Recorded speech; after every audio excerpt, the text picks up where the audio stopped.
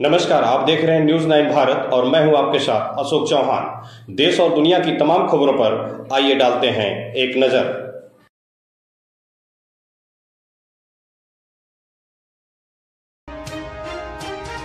भारतीय सामाजिक विज्ञान अनुसंधान परिषद एवं नई दिल्ली द्वारा रूस यूक्रेन संघर्ष एवं वैश्विक परिदृश्य में भारत की भूमिका विषय पर बलिया में आयोजित राष्ट्रीय संगोष्ठी में भारत सरकार के पूर्व राजदूत जेके त्रिपाठी ने कहा कि यूक्रेन और रूस की लड़ाई से अमेरिका और रूस की ताकत कमजोर होगी और वहीं भारत ज्यादा मजबूत होकर उभरेगा।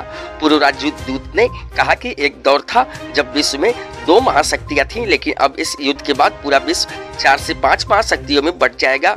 वहीं पंजाब में खालिस्तानी समर्थकों द्वारा दिए जा रहे विवादित बयान और बढ़ती सरगर्मी पर कहा कि खालिस्तान विचारधारा एक बार फिर उभर सकती है, क्योंकि 1984 में हमने खालिस्तान को पूरी तरीके से समाप्त कर दिया था, लेकिन बीच में हमारी पॉलिसी में थोड़ी ढिलाई दी गई। वहीं राज्यों को ज्यादा अधिकार मिलने लगे।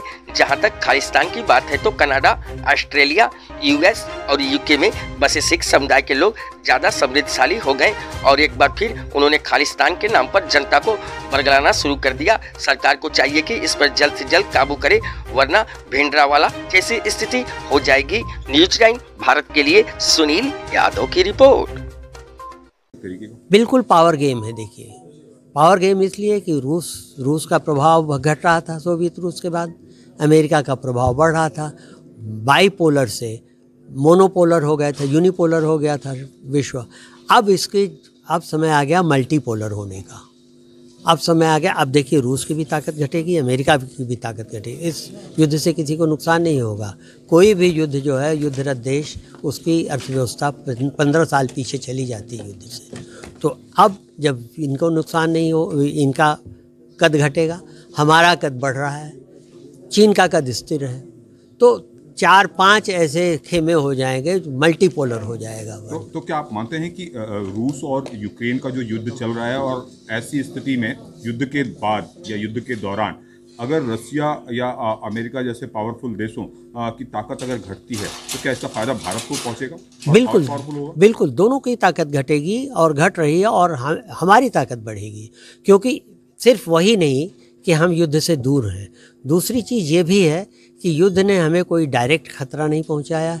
तीसरी चीज़ ये भी है कि हम बहुत बड़ी, सबसे ज़्यादा बड़ी जनसंख्या वाले देश बन गए हैं। तो ये है कि अभी हमारे पास, जहां अमेरिका, पूरा यूरोप, रूस सहित जहां उनकी जनसंख्या घट रही है, जहां अब हालत ये है कि जापान में बूढ़े ज़्यादा हैं और स्टूडेंट कम हैं। आपको ताजुब होगा कि क्लास 1 में पढ़ने वाले कम हैं, क्लास 12 में पढ़ने वाले ज़्यादा हैं। तो एक समय आएगा जब लोगों को, युवाओं की ज़रूरत होगी जो काम कर सकें, और हमारे पास 60 करोड़ से ज़्यादा ऐसे युवा हैं जो या तो प्रशिक्षित हैं। कैसे सवाल खड़े हो रहे हैं, और खालिस्तानी जो समर्थक हैं उन्होंने अभी हमारे देश के गृह मंत्री को एक धमकी दी है कि जैसा इंदिरा का हश्र हुआ था वैसा ही आपका करेंगे। और फिलहाल पंजाब में जो स्थिति बनी हुई है वो ये कि जो खालिस्तानी समर्थक हैं वो कुछ न कुछ घटनाओं को अंजाम दे रहे हैं, यानी एक बार फिर से खालिस्तान भारत में सिर उठाने की कोशिश कर रहा है। तो क्या आप मानते हैं कि मौजूदा वक्त में खालिस्तान की जो विचारधारा है वो भारत में एक बार फिर जो है वो बढ़ रही है? देखिए, उभर सकती है, क्योंकि होता यह है कि बीच में हमने 1984 में खालिस्तान का एक तरह से निर्मूल कर दिया था, लेकिन उसके बाद बीच में हमारी पॉलिसी में थोड़ी ढिलाई भी आती गई। राज्यों को ज़्यादा फेडरलिज्म के तहत अधिकार मिलते गए, और जहाँ तक खालिस्तान की स्पेशली बात है तो क्या हुआ कि कनाडा, ऑस्ट्रेलिया, यूएस, यूके में बसे हुए जो सिख्स थे वो जो हैं वो ज़्यादा समृद्ध हो गए, तो उन्होंने फिर से जनता को बरगलाना शुरू कर दिया खालिस्तान के नाम पे। ये चलेगा, लेकिन सरकारों को चाहिए कि इसको काबू करें। अभी से काबू नहीं करेंगी तो भिंडरावाला जैसी स्थिति हो जाएगी। Thank you. पहली बात तो ये मैं कहूँगा कि आतंकवाद को लेकर के ये जो प्राइम मिनिस्टर मोदी के नेतृत्व का ये जो नया भारत है उसकी नीति बहुत ही अलग है, और आतंकवाद के मुद्दे पर भारत की जो नीति है वो 0 टॉलरेंस की है। आप जानते हैं कि पाकिस्तान प्रायोजित आतंकवाद जो जम्मू एंड कश्मीर में है, उसके ऊपर भारत के प्रधानमंत्री श्री नरेंद्र मोदी के नेतृत्व में करारा प्रहार किया गया है, ऑपरेशन ऑल आउट जो है 2017 से जारी है, जिसमें टॉप कमांडर चाहे वो जैश ए मोहम्मद हो, लश्कर ए तोयबा हो, यूनाइटेड जिहाद काउंसिल के अंतर्गत आने वाले छोटे बड़े जो आतंकी संगठन हैं, सभी के सरगनाओं को ढेर किया जा चुका है। पाकिस्तान के ऊपर हमने 2 स्ट्राइक्स की हैं। पाकिस्तान की सरहद में घुस करके एक surgical strike, air strike Balakot की हमने कंडक्ट की है। और अभी भी जो भी जम्मू एंड कश्मीर के फ्रंट पे आतंकवादी घटनाएं होती हैं, उसको भारत जो है जीरो टॉलरेंस की पॉलिसी के साथ डील करता है। जम्मू एंड कश्मीर में आतंकवाद की कमर तोड़ दी गई है।